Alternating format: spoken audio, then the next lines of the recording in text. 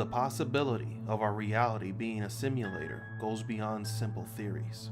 It is a serious hypothesis taken by the scientific community, since there are different signs that could indicate that reality is not as we perceive it. That it could all be a reflection or a hologram of another universe, or rather, a computer simulator placed before our eyes.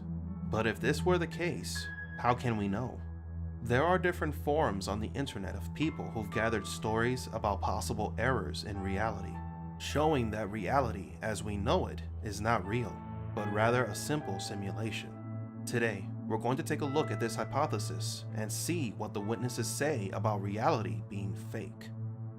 There are several elements that could differentiate reality from a video game. A glitch is one of them. Evidence to know that the possible programmer did not take into account a noticeable error in the system.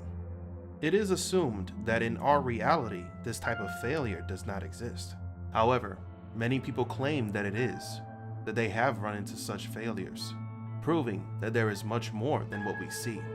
In recent years, the Mandela effect became famous. The phenomenon where supposed memories of a world that was not our own were being manifested. Some people remember movies, video games, or animations that never existed. Although some have tried to find the source of these inconsistencies, many proved to be impossible. People who remember the names of products being written differently, even important events that never happened, or at least being different from how they remember them. This Mandela effect has been explained as a simple biological error in our brains, but a large part of the population currently believes that the Mandela effect is more than that it is evidence that something is not right in our reality. People that are capable of remembering the world before something changed. Maybe it was a time traveler that changed something in the past, or perhaps they are memories of a parallel universe.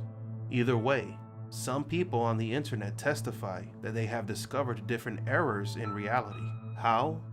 Well, just by simply looking in a mirror. It is said that what is reflected in a mirror does not match what's really there. That, often than not, you can notice how your face is being distorted. And if you take a prolonged and hard look in a mirror, failures in reality are not just limited to your personal expression.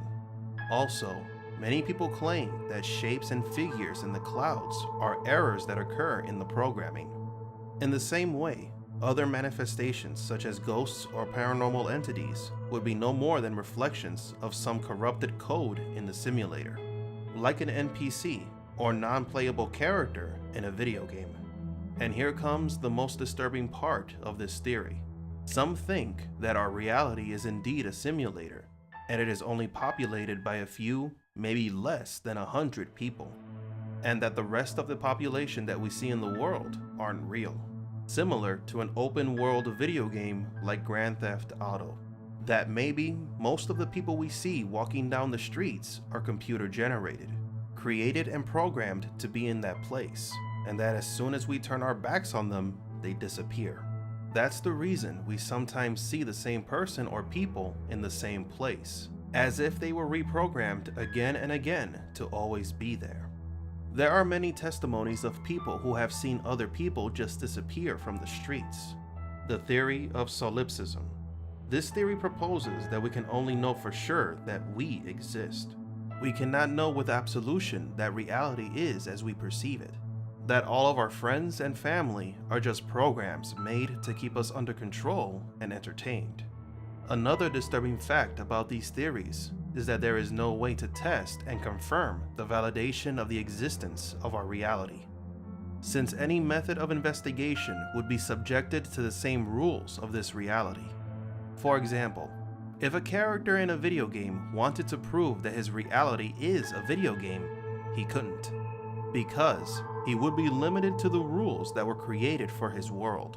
He could maybe only perceive occasional errors within the video game, but he could never prove that he lives in a video game, much less have access to the programming. Same could be said about us. If we are subjected to this reality and it is not real but a program, we can't prove this is the case. We can only theorize based on the supposed errors in our world. Tell me what you think about these continued studies about our world being a simulator. Do you believe in the theory of solipsism? Have you ever witnessed any error in reality that leads you to believe in any of these theories? Or is it just crazy science? Thank you all for watching, and don't forget to like and subscribe. And remember, assume nothing and question everything.